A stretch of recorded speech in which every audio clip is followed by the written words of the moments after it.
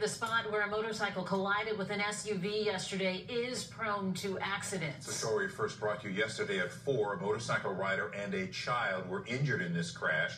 Jacqueline Correa live at the intersection. This is off 1960 and Moonshine Hill. And Jackie, how many crashes have been at that spot this year?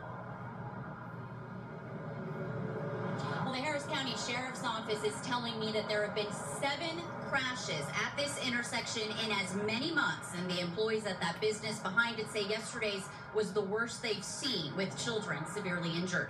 They also say this road is extremely dangerous because of how fast people drive on it and the lack of stoplights. Yesterday was a sad reminder that something needs to change after a motorcyclist and SUV collided at that intersection. Now, this is video of LifeFlight responding to the scene and taking the motorcyclist to Memorial Hermann.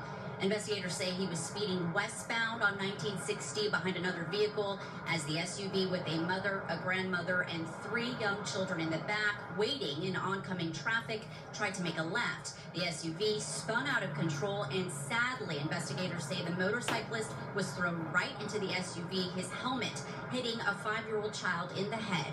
People immediately rushed out to help.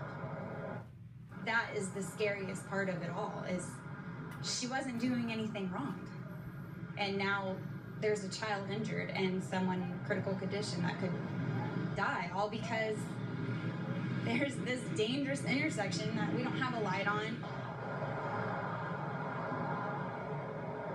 As I have mentioned before, there is a cross marking someone that was killed in an accident in the past. Now, the situation is so bad that the employees here are getting CPR certified specifically because they're front and center to so many accidents. Now, coming up at 6, I'll tell you the ultimatum the business is giving the city if nothing changes and these roads aren't made any safer. That's coming up at 6. For now, I'm live in Humboldt. Jacqueline Correa, KHOU 11 News.